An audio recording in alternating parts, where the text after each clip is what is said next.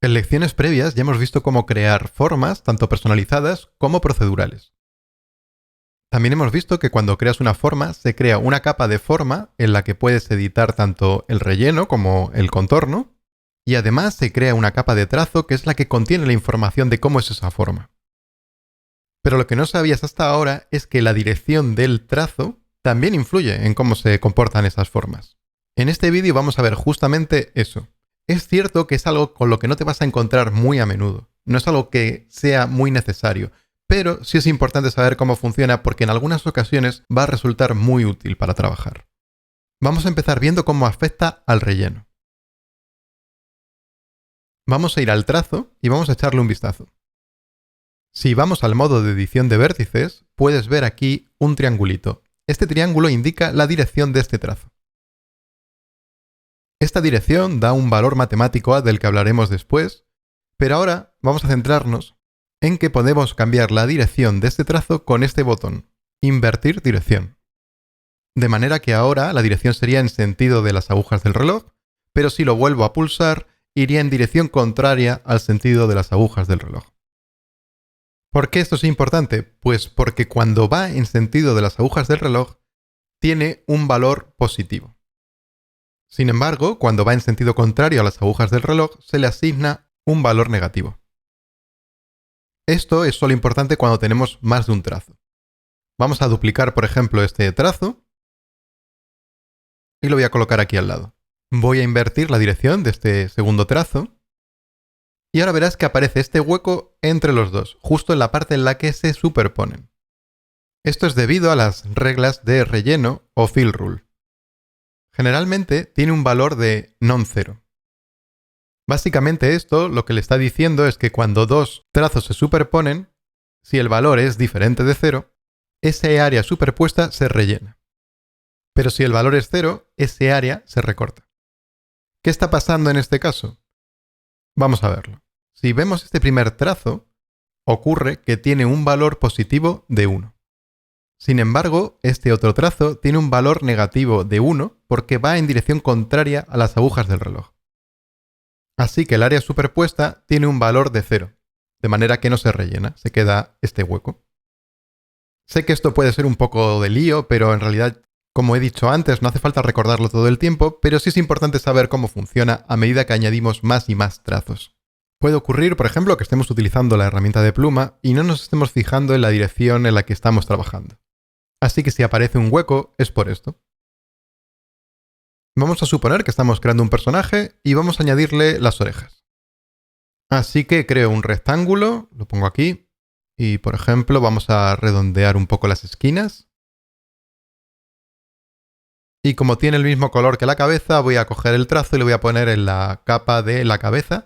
Arrastro y aquí estaría, ya están las dos piezas con el mismo color. Así que ahora mismo todo funciona, pero quiero añadir esta misma oreja al otro lado, voy a duplicarla. Así que duplico, la muevo aquí y ahora voy a invertirla, voy a hacer un flip horizontal cambiando la escala X, poniéndola en -100. Y aquí está el problema, porque al hacer esta inversión de la escala hemos cambiado la dirección del trazo. Así que nos queda este hueco en la parte en la que ambos trazos se superponen. Pero como sabemos lo que está pasando, ya sabemos la solución. Vamos a edición de vértices, invertimos la dirección y listo. Ahora todos nuestros trazos van en la misma dirección. De esta manera lo que está ocurriendo es que el trazo de la cabeza es un trazo de 1 positivo, el de la oreja también es un 1 positivo, es decir, suman 2, con lo que no es un número 0 y siguiendo la norma de non-zero fill, se rellena. Tan sencillo como eso. Ahora vamos a ver un ejemplo en el que vamos a utilizar esta norma a nuestro favor para crear un hueco donde lo necesitemos.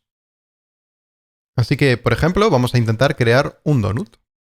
Y si no supiéramos nada sobre esto que hemos estado hablando, pues a lo mejor crearíamos un círculo, necesitaríamos un hueco, no sabemos cómo hacerlo, así que seguramente lo cambiaríamos el relleno por un contorno y cambiaríamos el grosor. Le pongo ahora otro color. Y bueno, pues aquí está. Hasta ahora todo bien, pero ahora quiero ponerle el glaseado. ¿Cómo hacemos esto? Bueno, podría añadir otro contorno, cambiar el ancho, le pongo otro color. Y bueno, no está mal, creo que ha quedado bastante aceptable. Pero ¿qué pasa si quiero, por ejemplo, que esta forma tenga un poco forma de onda y se salga por algunos lados. ¿Cómo podría conseguir eso? Porque con el contorno no tengo esa libertad de trabajo. Bueno, pues vamos a utilizar estas normas de relleno para este caso concreto. Voy a utilizar la pluma y voy a hacer la forma del glaseado. Algunas partes van a estar por dentro, en otras me voy a salir un poco para que quede más variado. Más o menos algo así. Voy a arreglar esto de aquí arriba. Vale. Voy a cambiar el color. Ok. Ya tengo mi glaseado rosa y ahora vamos a ver cómo añadir el agujero en el centro. Tenemos dos opciones. Puedo utilizar simplemente una elipse o, si quiero, selecciono el trazo que ya he creado y empiezo a utilizar la pluma con otra nueva forma, con lo que me va a añadir un nuevo trazo. Y como lo estoy dibujando en dirección contraria, a medida que lo dibujo va creando el hueco. Voy a ajustarlo un poquito por aquí. Y me va creando este efecto como si hubiera aplicado un clipping. Voy a acabar de ajustar esto un poquito por aquí. Y aquí tendríamos nuestro glaseado. Podríamos añadirle más cosas como una sombra o, por ejemplo, añadir como unas pepitas o algo. Pero lo vamos a dejar así.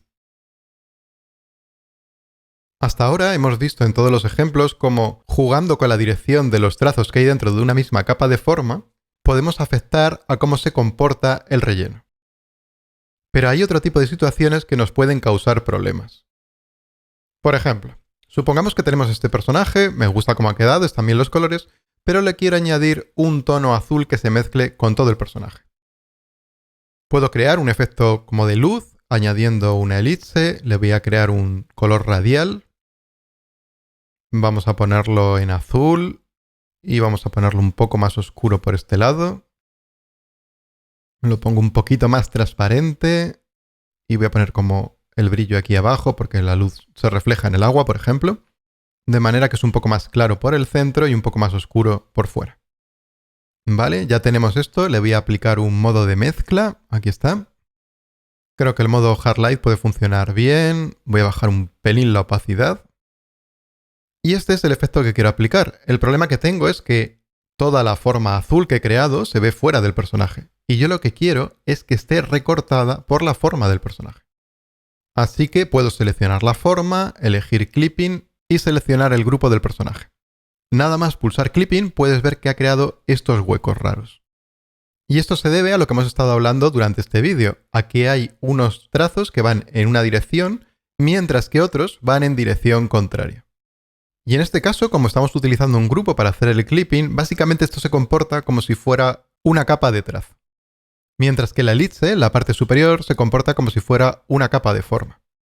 Así que en este caso, la manera de solucionarlo es entrar dentro del grupo y buscar los trazos que están dando problemas e invertir su dirección. Así que, por ejemplo, voy a entrar en el pico porque veo que estas formas me están dando varios problemas. Y simplemente voy a seleccionar estos trazos y voy a invertir su dirección. Listo, como puedes ver, solucionado. Tenemos que arreglar aquí arriba otro detalle. Invertir, listo, ya lo tenemos. Ahora podría seguir trabajando tranquilamente en el personaje, añadir detallitos aquí arriba, por ejemplo. Pero lo importante es que te hayas quedado con la idea de, cuando encuentres un problema de relleno, cómo solucionarlo. No es nada especialmente complicado, pero sí que hay que estar un poco atento.